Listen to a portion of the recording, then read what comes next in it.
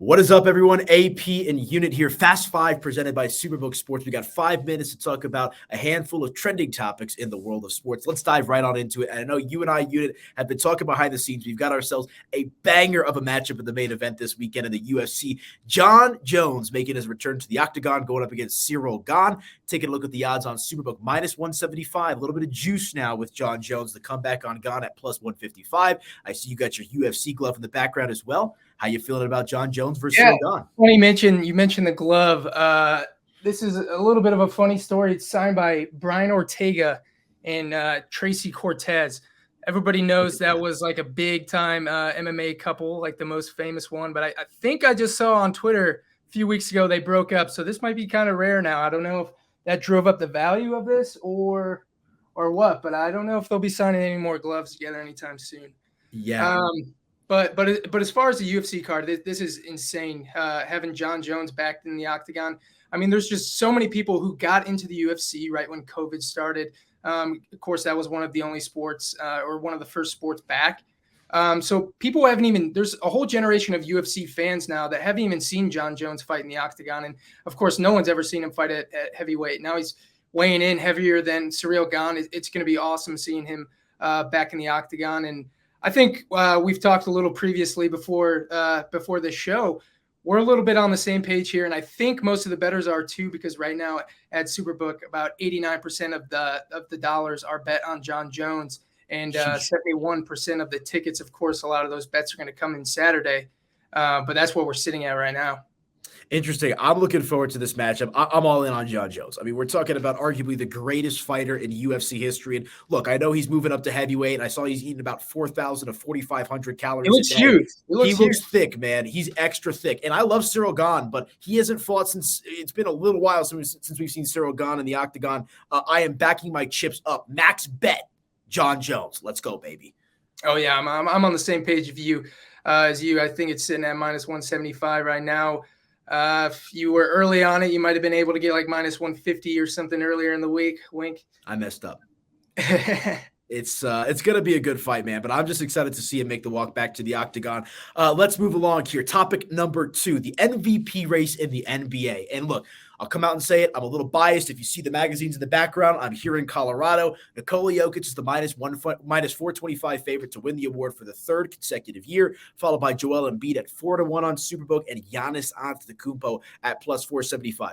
Am I crazy for thinking that Nikola Jokic is going to be the runaway winner? I mean, obviously the odds are reflecting this, but we got the Kendrick Perkins and the talking heads of the world on the 4-letter network trying to tear Jokic down. I see it one way. I see it 2020. Nikola Jokic is going to be your 3-time MVP in the NBA. Yeah, absolutely. I'm on the same page as all you Colorado guys. I've been seeing it all over Twitter and you know, the people saying that he's stat pattern or whatever. I think they're running out of things to talk about. I think Joker should run away with it, but there's one guy not necessarily should win it, but I think he should be getting a little more respect. He's sitting at 18-1 right now. Is Jason Tatum. He's played almost every game this year. He's having career highs in almost every category. I don't think he's going to win MVP. I'm on the same page as you. It's going to be Joker. The odds are reflecting that. But 18-1, I don't know if that's worth a sprinkle for Jason Tatum, but if he doesn't win the MVP, at least he won the All-Star Game MVP, 55 points. We'll see how it shakes out. How about the idea of a Denver Nugget Boston Celtic final and a Colorado Avalanche Boston Bruin NHL final? Now, that's a very realistic possibility with the way that both the Nuggets and the Avalanche are playing, as well as the Boston sports teams. So we'll see how that shakes out, but I think Nikola Jokic is going to win. Moving along here, more of a betting concept. We've seen the MLB pitch clock start to get implemented in spring training. Some people are for it, some people are against it, but I want to ask you, how do you think the pitch clock could potentially impact betting in this coming MLB season? Yeah, so at first I was thinking it's just going to be all hitters. Of course, we got that new shift rule too, which is, of course, going to help the hitters. The pitch clock, it seemed like it was going to be helping the pitchers or helping the hitters only. But then I saw earlier today, Max Scherzer playing around with the hitter, and it looked like he had a bit of an advantage there. I think the pitchers, of course, are going to have a quicker tempo, which could play into their hand a little bit. But I think where it's going to have an effect in a betting perspective might be for the Nerfies. You know, the no-run first inning, I think that might be something to keep an eye on from a betting perspective when it comes to the pitch clock, because I don't know if the pitch clock's going to have much of an effect on the pitcher until later in the game, where they're a little more fatigued from having to go a bit of a quicker tempo. I don't think that's going to be much of a problem in the first inning. I think it'll help the pitcher a little more early.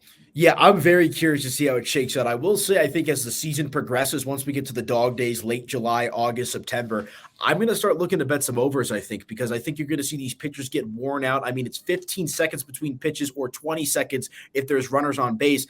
I'm interested to see how it shakes out, but I do think the hitters will adjust, quicker reaction time, maybe a little bit less juice on those pitches coming in as the season progresses. And don't forget about the bigger bases. That's a good point as well. A lot changing with the great sport of baseball. Yeah. But to wrap it up here, we're in the beginning of March, which means March Madness is upon us. Just a couple of weeks away from the big dance.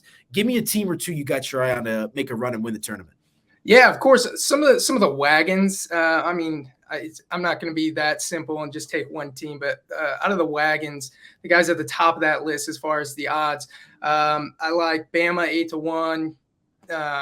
UCLA will be a team to watch 8-1. And of course, Kansas is tough to repeat, but I think they could definitely do that. They're sitting at 10-1. A little further down on the list, Gonzaga's at 20-1.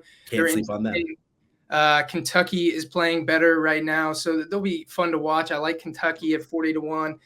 Then for the Cinderellas, being a MAC guy myself, pay a lot of close attention to that conference. Everyone talks about Kent State being the one who gets into the tournament from the MAC. I disagree. Toledo's won 14 straight games. I think they look like by far the best team in the MAC. They could have a little bit of a Cinderella run there, and they're in the East, which to me looks like it could be an easier region.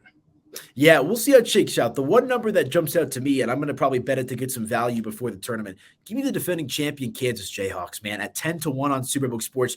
Absolutely worth a little bit of a sprinkle for myself. But I can't wait. Get those bets in with Superbook Sports. I'm at Media by AP. He's at Superbook Unit on social media. Fast 5 in the books. Good luck on your bets this weekend. Talk to you next week.